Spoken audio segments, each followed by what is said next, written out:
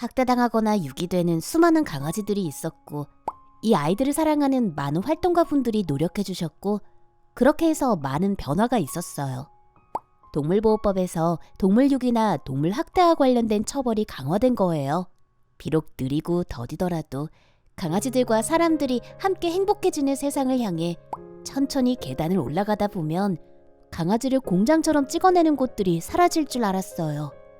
그런데 여전히 수많은 강아지들이 시선이 닿지 않는 곳에서 고통당하며 죽어가고 있어요. 우리 강아지들이 번식장에서 겪고 있는 고통은 과거의 일이 아니라 현재 진행형이랍니다. 이번에는 주인 없는 강아지들이 흘러 들어가는 곳, 번식장, 즉 강아지 공장으로 가볼 거예요. 그 전에 얼마 전에 일어났던 가슴 아픈 이야기를 먼저 꺼내볼게요. 여긴 양평인데요. 어떤 가정집 마당이랑 물탱크 안에 강아지 사체가 산처럼 쌓여 있어요. 이 강아지들은 대체 어디서 데려오셨고 어째서 죽을 때까지 방치해 두신 겁니까? 아니 개인 가정집에서 사정상 기르지 못하는 개들을 한 마리당 10,000원 받고 한두 마리씩 계속 데려오다 보니까 너무 많아져서 벅차더라고. ACMR을 그대로 받아들이기에는 수상쩍은 점이 많았어요. 개인 가정집에서 받았다는 강아지들의 사체 수가 무려 1,000여 구나 된다는 점도 이상했고, 강아지 공장, 즉 번식장에서 사용하는 캔넬들이 겹겹이 쌓여 있었어요. 게다가 죽은 강아지들은 푸들과 같은 인기 많은 품종견들이었어요. 다른 데로 말하세요. 어디서 데려왔어요? 일반 가정에서 데려온 거 아니시죠? 아이고, 실은 말이지. 개를 몇백 마리나 키우는 번식업자 놈이 더 이상 쓸모없어진 개들을 처리해주면 돈을 주겠다고 하니까 받다 보니까 많아졌지 뭐야. 그래도 나도 먹고 살아야지. 안 그래? 개보단 사람 목숨이 더 중하잖아. 아무리 그래도 생명을 이렇게 굶겨 죽이는 법이 어딨어요. 번식장에서 밥만 축내는 강아지, 번식장에서 쓸모가 없어진 강아지는 무엇을 의미하는 걸까요? 삼양 케이지라는 게 있어. 번식장에선 다 이걸 쓰지. 삼양 케이지는 번식업자들 편하라고 만들어진 거야. 똥덩어리가 밑으로 쑥 빠질 만큼 철망 사이가 넓으니까 문을 열지 않고도 똥을 치울 수가 있어. 그 대신에 강아지들 발이 푹푹 빠지지. 강아지들이 어떻게 서 있냐고. 발가락 사이에 쇠 줄이 끼인 채로 서 있는 거야. 매일 그렇게 서 있으니 얼마나 아프겠어. 그렇게 가성비를 따지시는 업자들이 케이지를 1층으로 쌓아둘까? 맨 아래에 똥 받는 판을 놓고 2층, 3층으로 쌓아 올려. 위에 있는 애들이 똥을 싸면 밑에 있는 애들은 그대로 똥덩어리를 뒤집어 쓰는 거야. 똥도 매일 치워주면 좋을 텐데 무더기가 될 때까지 방치했다가 날 잡아서 한 번에 치워. 오줌은 이미 증발해서 환기도 잘 안 되는 번식장 안은 암모니아 가스로 가득해. 서 있는 것 자체가 고통인 곳, 강아지 공장, 즉 번식장에서 강아지들의 일생은 어떠할까요? 유독가스로 가득 찬 번식장에서 사는 강아지들은 모견이라고 불리는 엄마개와 종견이라고 불리는 아빠개예요.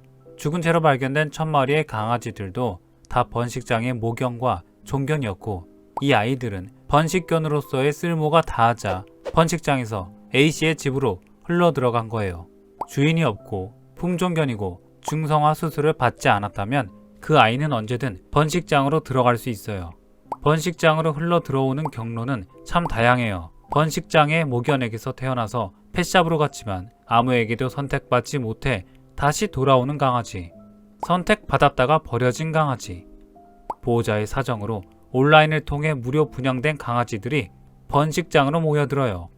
때로는 번식업자들이 번식장에서 태어난 강아지들을 펫샵이나 경매장에 넘기지 않고 따로 빼놓아요.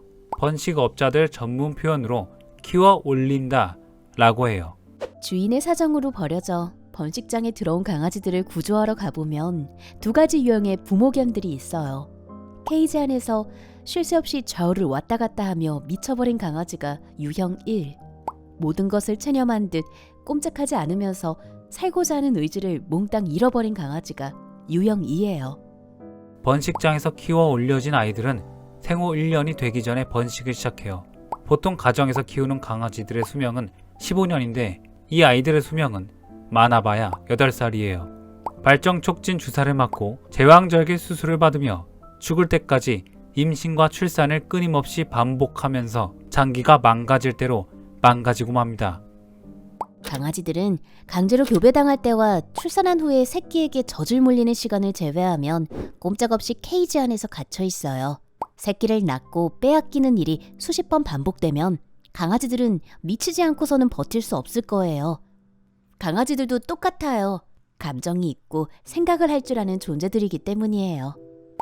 교배할 때 빼고는 케이지 밖으로 못 나오나요? 교배조차도 케이지 안에서 하는 경우가 있어. 게다가 자연스럽게 하는 게 아니라 사람의 억지로 시켜. 암컷을 사람 허벅지에 올려놓고 수컷의 생식기를 잡고 막 흔들어. 그러면 수컷이 흥분하거든. 그때 한 손으론 암컷의 생식기를 잡고 다른 한 손으론 수컷의 생식기를 거기에 맞춘 다음에 움직이지 못하게 손으로 막아. 그러면 교배가 끝나. 강간이나 다름없지. 때로는 주사기에 수컷에게서 짜낸 정액을 넣은 다음에 암컷의 생식기에 찔러 넣어. 인공수정인 거지. 이 짓거리는 번식장뿐만이 아니라 교배해준다는 동물병원이나 애견샵에서도 해. 교배업자라는 사람이 종견을 데리고 다니면서 교배해주는 거지. 서커스 순회 공연도 아니고 말이야. 그 종견은 죽을 때까지 그 짓만 하고 다니는 거야. 어디가 아파도 치료해주는 건 바라지도 않아요. 출산할 때는 병원에 데려가는 거죠? 번식장마다 연계된 병원이 있어. 그런데 어떤 작자들은 직접 야매로 제왕 수술을 하는 경우가 있어. 소독도 안 한 도구로 더러운 번식장 구석에서 개복 수술을 하고 의사가 아니니까 장기들 위치도 몰라서 대충 우겨 넣어. 모견은 평생 그걸 계속 반복하는 거야. 그러면 장기에 염증이 생길 텐데요. 그렇지. 몸 안에서 염증이 곰팡이처럼 자라다가 급성 복막염이라도 오면 폐혈증으로 죽는 거야.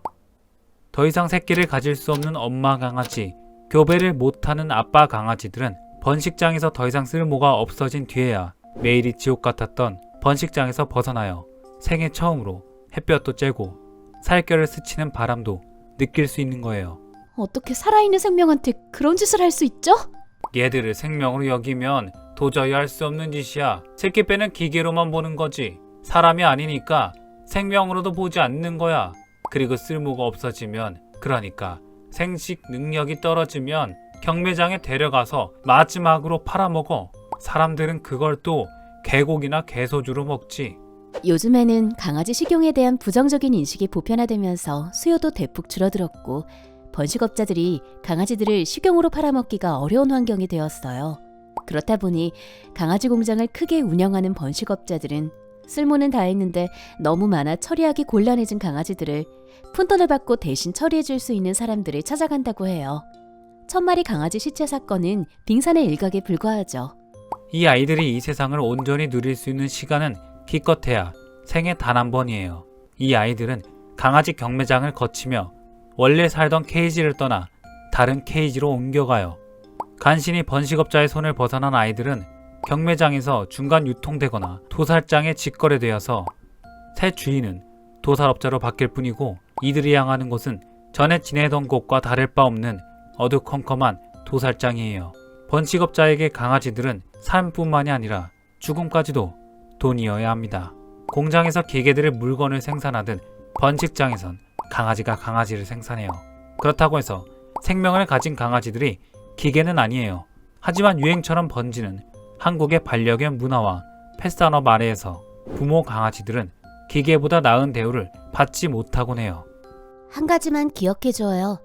세상의 모든 강아지는 출신과 품종과 나이와 상관없이 예쁘고 귀엽고 귀하다는 걸요.